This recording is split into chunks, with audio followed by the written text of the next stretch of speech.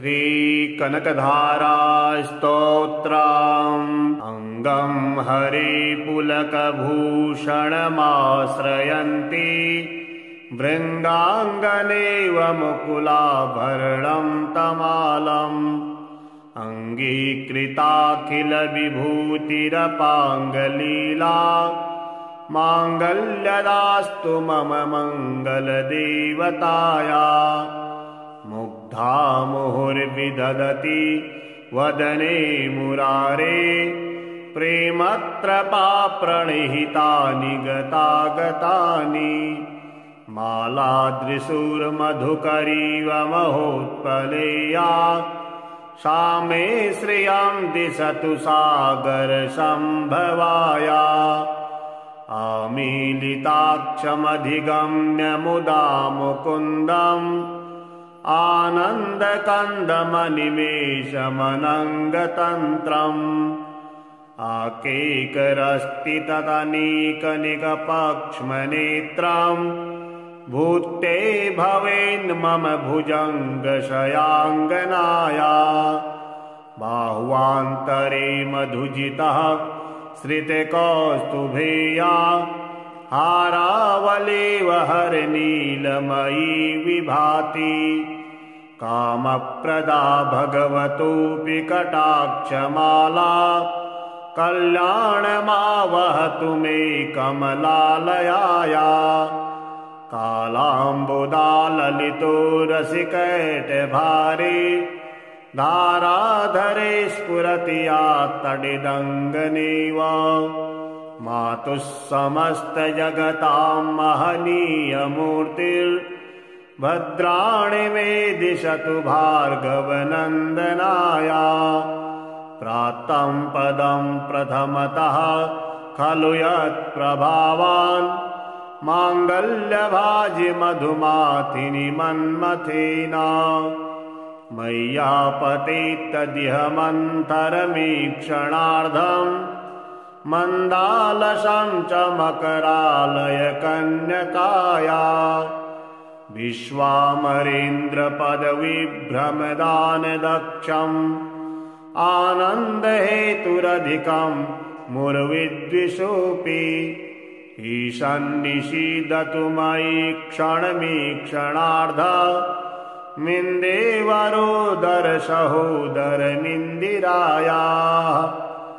इष्टाविशिष्टमतयोऽपि ययादयाद्र दृष्टा त्रिविष्टपवदं सुलभं लभन्ते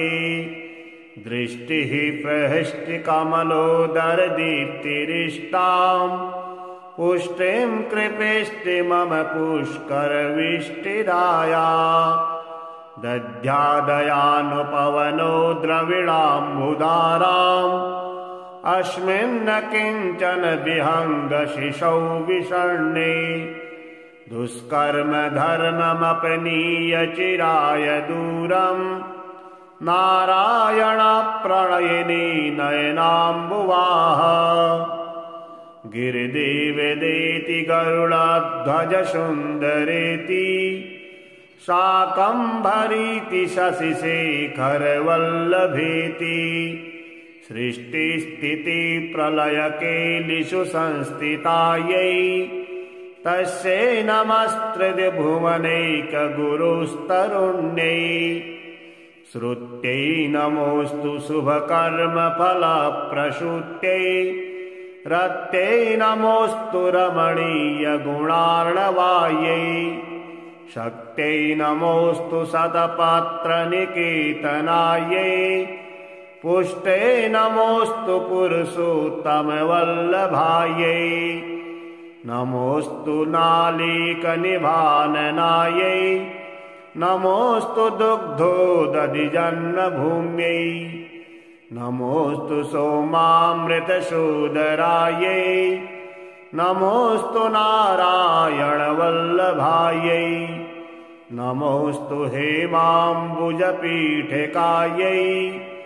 नमोऽस्तु भूमण्डलनायकायै नमोऽस्तु देवादिदयापरायै नमोऽस्तु सारङ्गयुधवल्लभायै नमोऽस्तु देव्यै भृगुनन्दनायै नमोऽस्तु विष्णोरुचिरस्थितायै नमोऽस्तु लक्ष्मी कमलालयायै नमोऽस्तु दामोदरवल्लभायै नमोऽस्तु कान्ते कमलेक्षणायै नमोऽस्तु भूत्यै भुवनप्रसूत्यै नमोऽस्तु देवाधिभिरर्चितायै नमोऽस्तु नन्दात्मजवल्लभायै सम्पत्कराणि सकलेन्द्रियनन्दनानि साम्राज्यदानि विभवानि सरोरुहाक्षि तद्वन्दनानि दुरितोत्तरणोद्यतानि मामेव मातर्निशं कलयन्तु मान्ये यत्कटाक्षणमुपासनविधिः सेवकस्य सकलार्धसम्पदः सन्तनोति वचनाङ्गमानसै त्वां मुरारिहृदयेश्वरीं भजे सरसिजनिलये सरोजहस्ते धवलतमांसुगन्धमाल्यशोभे भगवती हरिवल्लभे मनोज्ञे त्रिभुवनभूतिकरे प्रसीद मह्यम् दिग्धस्तिभिः कनककुम्भमुखावशिष्टा स्वर्वाहिनी विमलचारुजलक्लुप्ताङ्गीम् प्रातर्नमामि जगता जननीमशेषा लोकाधिनाथ गृहिणीममृताब्धिपुत्रीं कमले कमलाक्षवल्लभे त्वां करुणापूरतरङ्गितैर्पाङ्गै अवलोकय मां किञ्चनानां प्रथमं पात्रं कृत्रिमं दयाया देवी प्रसीद जगदीश्वरि लोकमातः कल्याणगात्रि कमलेक्षणजीवनाथे दारिद्र्यभीतिहृदयं शरणागतं माम् आलोकय प्रतिदिनं सदयैर्पाङ्गै अङ्गं हरिपुलकभूषणमाश्रयन्ति भृङ्गाङ्गनेव मुकुलाभरणं तमालम् अङ्गीकृताखिलविभूतिरपाङ्गलीला माङ्गल्यदास्तु मम मङ्गलदेवताया मुग्धा मुहुर्विदधति वदने मुरारे प्रेमत्रपाप्रणिहितानि गतागतानि मालादृशूर्मधुकरीव महोत्पलेया सा मे श्रियं दिशतु सागरसम्भवाया आमीलिताक्षमधिगम्य मुदा मुकुन्दम् आनन्दकन्दमनिमेषमनङ्गतन्त्रम्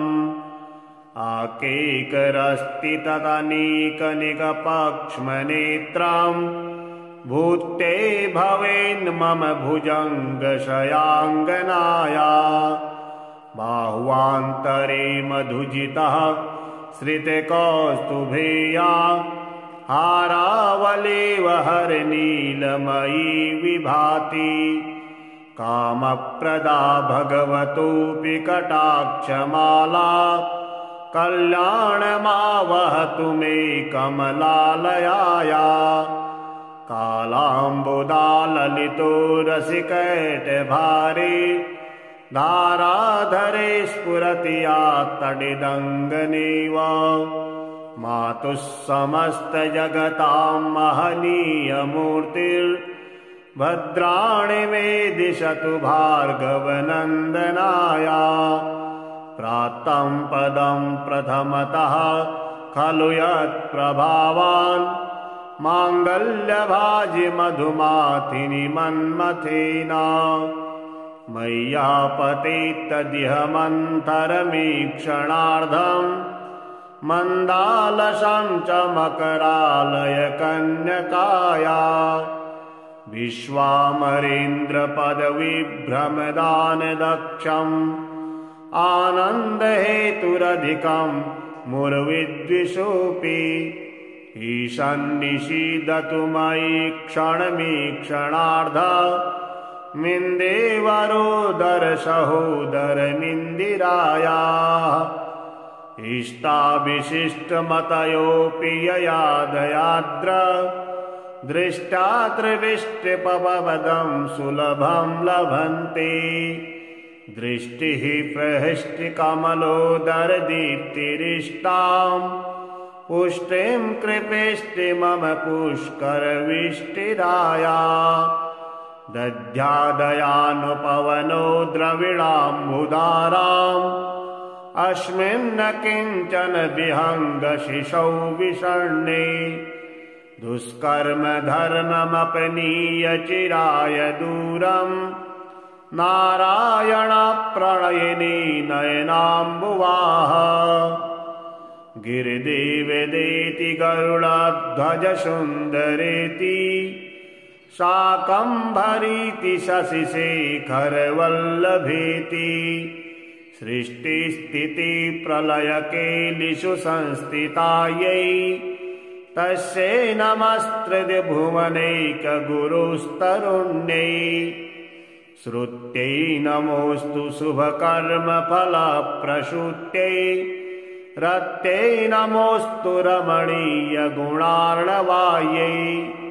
शक्त्यै नमोऽस्तु सतपात्रनिकेतनायै पुष्टे नमोऽस्तु पुरुषोत्तमवल्लभायै नमोऽस्तु नालीकनिभाननायै नमोऽस्तु दुग्धोदधिजन्मभूम्यै नमोऽस्तु सोमामृतशोदरायै नमोऽस्तु नारायणवल्लभायै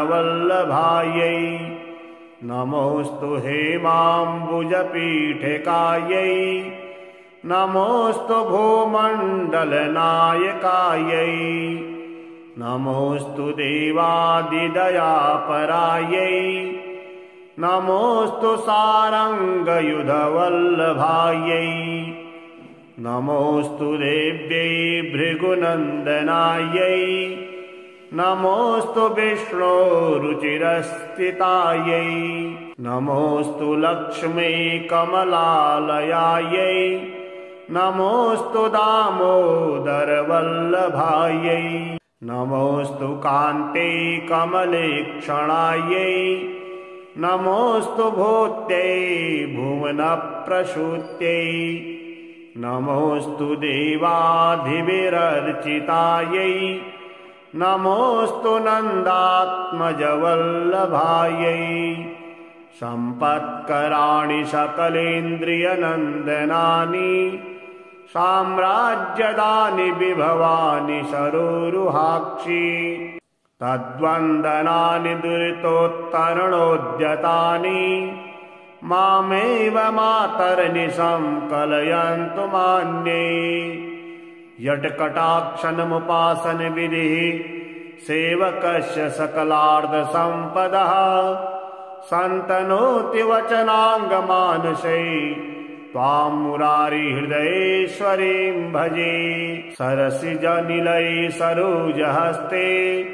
धवलतमांसुगन्धमाल्यशोभे भगवती हरिवल्लभे मनोज्ञे त्रिभुवनभूतिकरे प्रसीद मह्यम् दिग्धस्तिभिः कनककुम्भमुखावशिष्टा स्वर्वाहिनी विमलचारुजलक्लुप्ताङ्गीं प्रातर्नमामि जगता जननीमशेषा लोकाधिनाथ गृहिणीममृताब्धिपुत्रीं कमले कमलाक्षवल्लभे त्वां करुणापूरतरङ्गितैर्पाङ्गै अवलोकय मां किञ्चनानां प्रथमं पात्रं कृत्रिमं दयाया देवी प्रसीद जगदीश्वरि लोकमातः कल्याणगात्रि कमलेक्षण जीवनाथे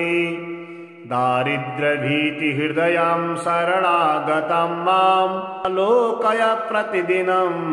सदयैर्पाङ्गै अङ्गं हरिपुलकभूषणमाश्रयन्ति भृङ्गाङ्गनेव मुकुलाभरणं तमालम् अङ्गीकृताखिलविभूतिरपाङ्गलीला माङ्गल्यदास्तु मम मङ्गलदेवताया मुग्धा मुहुर्विदधति वदने मुरारे प्रेमत्रपाप्रणिहितानि गतागतानि मालादृशूर्मधुकरीव महोत्पलेया सा मे श्रियं दिशतु सागरसम्भवाया आमीलिताक्षमधिगम्य मुदा मुकुन्दम् आनन्दकन्दमनिमेषमनङ्गतन्त्रम् आकेकरस्ति तदनीकनिकपक्ष्मनेत्रम् भूते भवेन्मम भुजङ्गशयाङ्गनाया बाह्वान्तरे मधुजितः श्रितकौस्तुभेया हारावलेव हरनीलमयी विभाति कामप्रदा भगवतोऽपि कटाक्षमाला कल्याणमावहतु मे कमलालयाया कालाम्बुदाललितो रसिकैटभारे धाराधरे स्फुरति या तडिदङ्गनेव मातुः समस्तजगतां महनीयमूर्तिर्भद्राणि मे दिशतु भार्गवनन्दनाया प्राप्तं पदं प्रथमतः खलु यत्प्रभावान् माङ्गल्यभाजि मधुमाथिनि मन्मथेना मय्यापतेत्तदिहमन्तरमीक्षणार्धम् मन्दालसं च मकरालय कन्यकाया विश्वामरेन्द्रपदविभ्रमदानदक्षम् आनन्दहेतुरधिकं मुरविद्विषोऽपि ईशन्निषीदतु मयि क्षणमीक्षणार्ध मिन्देवरोदरसहोदरनिन्दिराया इष्टाविशिष्टमतयोऽपि ययादयाद्र दृष्टा त्रिविष्टिपवदं सुलभं लभन्ते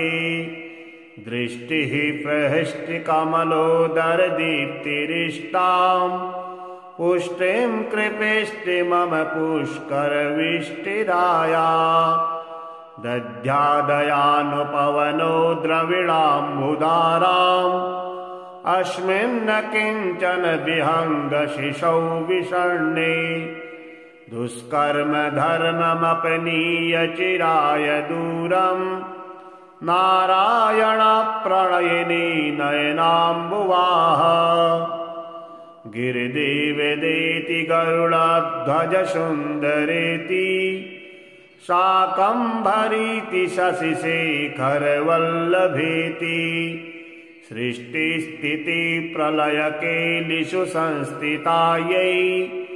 तस्यै नमस्त्रिभुवनैकगुरुस्तरुण्यै श्रुत्यै नमोऽस्तु शुभकर्मफलप्रसूत्यै रत्यै नमोऽस्तु रमणीयगुणार्णवायै शक्त्यै नमोऽस्तु शतपत्रनिकेतनायै पुष्टे नमोऽस्तु पुरुषोत्तमवल्लभायै नमोऽस्तु नालीकनिभाननायै नमोऽस्तु दुग्धोदधिजन्मभूम्यै नमोऽस्तु सोमामृतसोदरायै नमोऽस्तु नारायणवल्लभायै नमोऽस्तु हेमाम्बुजपीठिकायै नमोऽस्तु भूमण्डलनायकायै नमोऽस्तु देवादिदयापरायै नमोऽस्तु सारङ्गयुधवल्लभायै नमोऽस्तु देव्यै भृगुनन्दनायै नमोऽस्तु विष्णोरुचिरस्थितायै नमोऽस्तु लक्ष्मी कमलालयायै नमोऽस्तु दामोदरवल्लभायै नमोऽस्तु कान्ते कमलेक्षणायै नमोऽस्तु भूत्यै भुवनप्रसूत्यै नमोऽस्तु देवाधिविरर्चितायै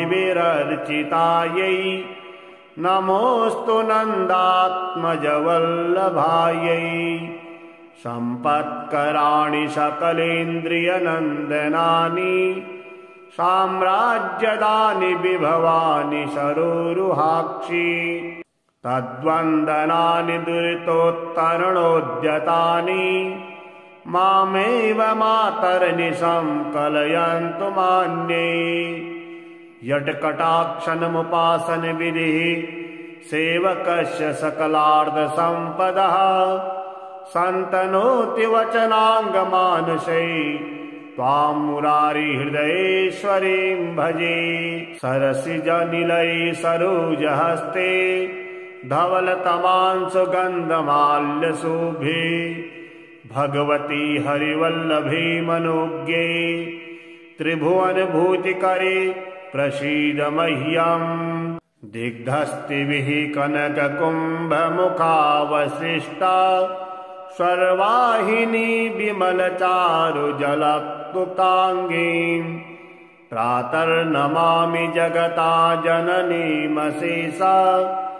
लोकाधिनाथ गृहिणीममृताब्धिपुत्रीं कमले कमलाक्षवल्लभे त्वां करुणापूरतरङ्गितैर्पाङ्गै अवलोकय मां किञ्चनानां प्रथमं पात्रं कृत्रिमं दयाया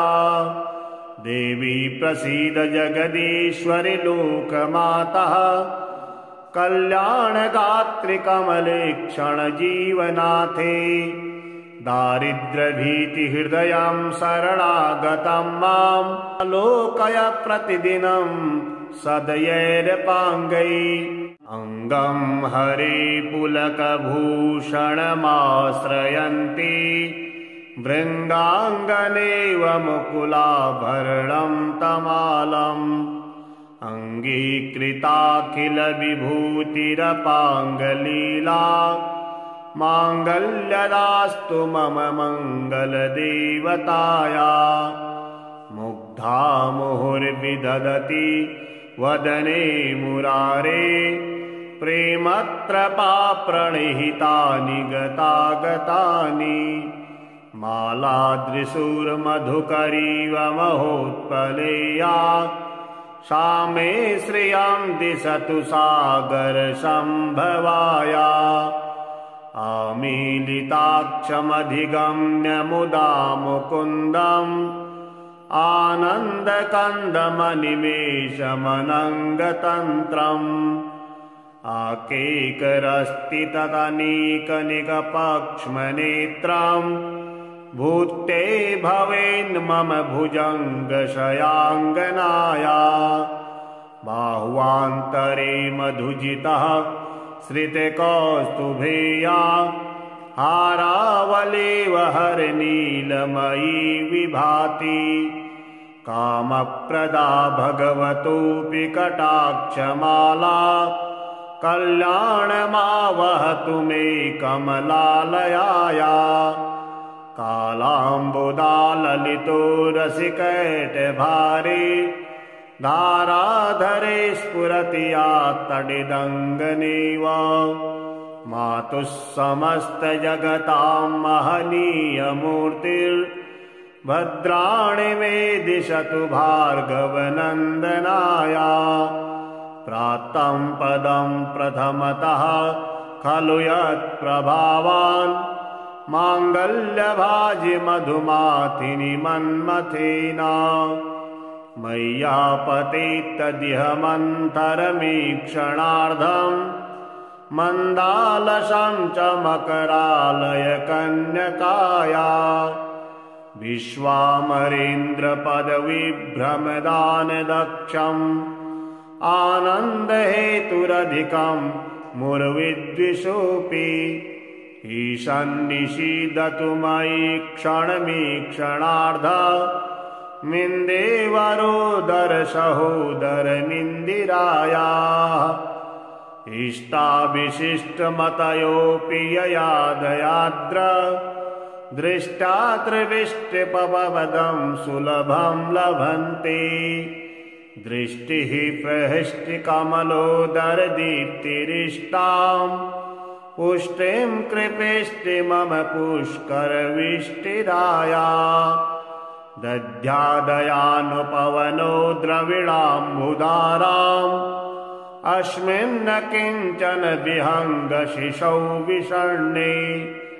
दुष्कर्म धर्ममपनीय चिराय दूरम् नारायणप्रणयिनी नयनाम्बुवाः गिरिदेवदेति गरुडध्वज सुन्दरेति शाकम्भरीति शशिशेखरवल्लभेति सृष्टिस्थितिप्रलयकेलिषु संस्थितायै तस्यै नमस्त्रिभुवनैकगुरुस्तरुण्यै श्रुत्यै नमोऽस्तु शुभकर्मफलप्रसूत्यै रत्यै नमोऽस्तु रमणीयगुणार्णवायै शक्त्यै नमोऽस्तु शतपत्रनिकेतनायै पुष्टै नमोऽस्तु पुरुषोत्तमवल्लभायै नमोऽस्तु नालीकनिभाननायै नमोऽस्तु दुग्धोदधिजन्मभूम्यै नमोऽस्तु सोमामृतशोदरायै नमोऽस्तु नारायणवल्लभायै नमोऽस्तु हेमाम्बुजपीठिकायै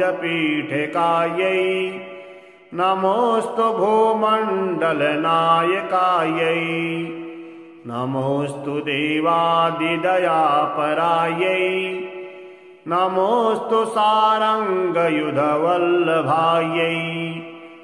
नमोऽस्तु देव्यै भृगुनन्दनायै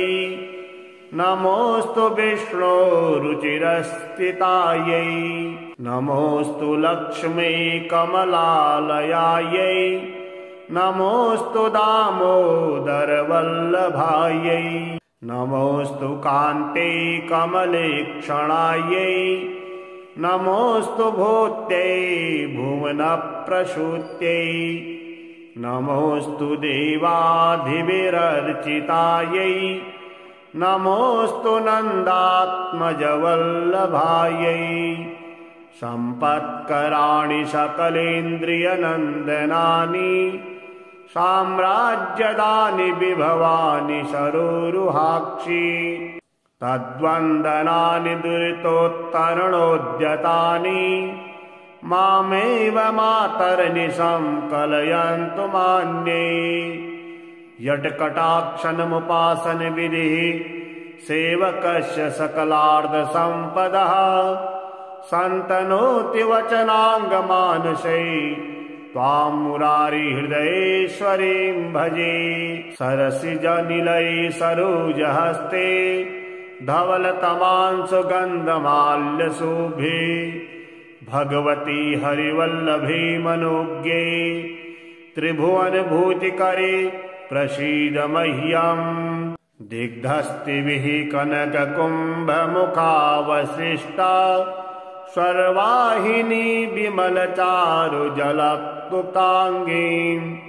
प्रातर्नमामि जगता जननीमशेषा लोकाधिनाथ गृहिणीममृताब्धिपुत्रीम् कमले कमलाक्षवल्लभे त्वाम् करुणापूरतरङ्गितैरिपाङ्गै अवलोकय मां किञ्चनानाम् प्रथमं पात्रं कृत्रिमं दयाया देवी प्रसीद जगदीश्वरि लोकमातः कल्याणगात्रि कमलेक्षण जीवनाथे दारिद्र्यभीतिहृदयं शरणागतं माम् आलोकय प्रतिदिनं सदयैरपाङ्गै अङ्गं हरिपुलकभूषणमाश्रयन्ति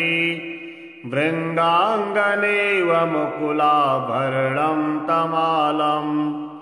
अङ्गीकृताखिलविभूतिरपाङ्गलीला माङ्गल्यदास्तु मम मङ्गलदेवताया मुग्धा मुहुर्विदधति वदने मुरारे प्रेमत्रपाप्रणिहितानि गतागतानि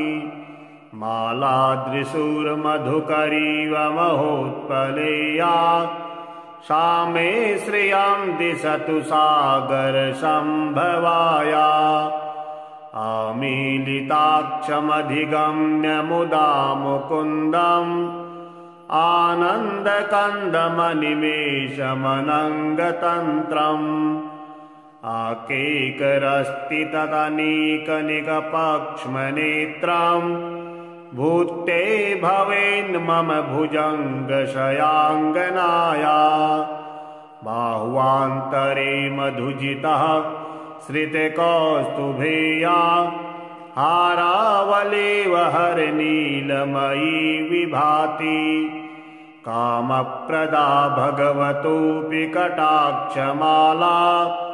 कल्याणमावहतु मे कमलालयाया कालाम्बुदाललितो रसिकैटभारे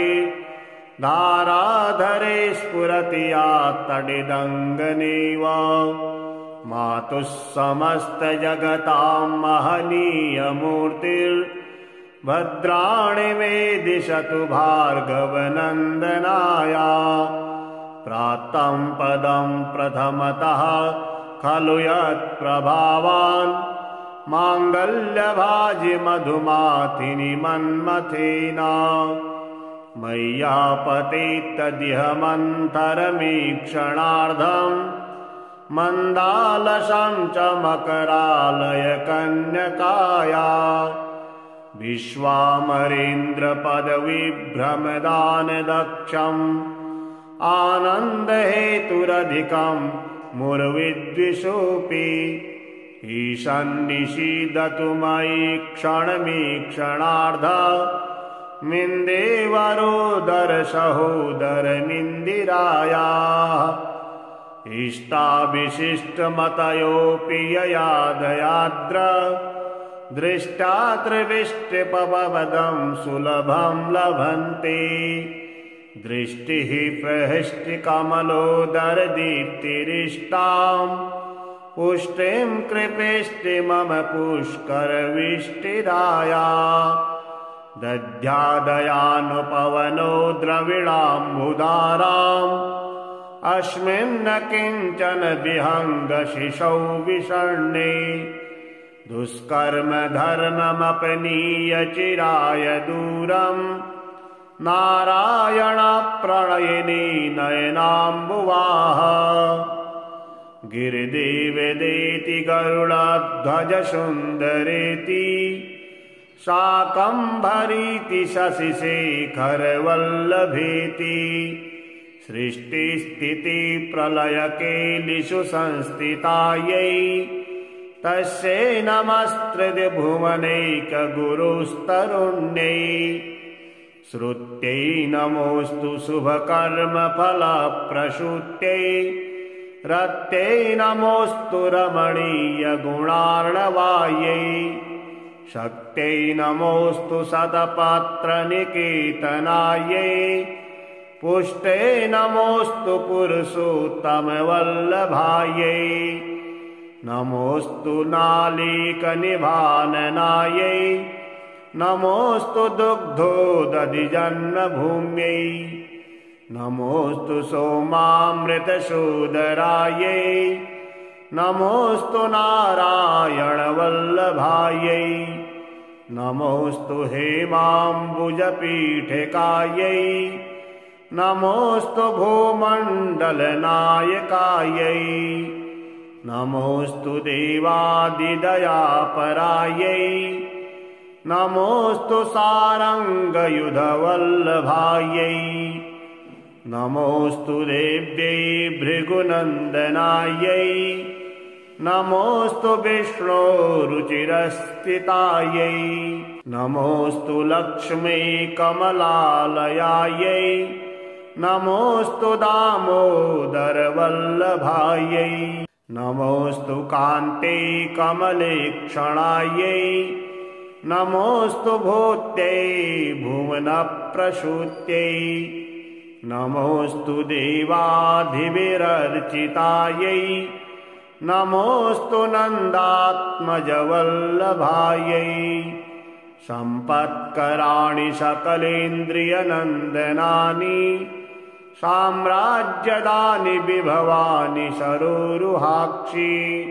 तद्वन्दनानि दुरितोत्तरणोद्यतानि मामेव मातर्निशं कलयन्तु मान्ये यत्कटाक्षणमुपासनविधिः सेवकस्य सकलार्धसम्पदः सन्तनोति वचनाङ्गमानसै त्वां मुरारिहृदयेश्वरीं भजे सरसिजनिलये सरोजहस्ते धवलतमांसुगन्धमाल्यशोभे भगवती हरिवल्लभे मनोज्ञे त्रिभुवनभूतिकरे प्रसीद मह्यम् दिग्धस्तिभिः कनककुम्भमुखावशिष्टा स्वर्वाहिनी विमलचारुजलक्लुप्ताङ्गीं प्रातर्नमामि जगता जननीमशेषा लोकाधिनाथ गृहिणीममृताब्धिपुत्रीं कमले कमलाक्षवल्लभे त्वां करुणापूरतरङ्गितैरिपाङ्गै अवलोकय मां किञ्चनानां प्रथमं पात्रं कृत्रिमं दयाया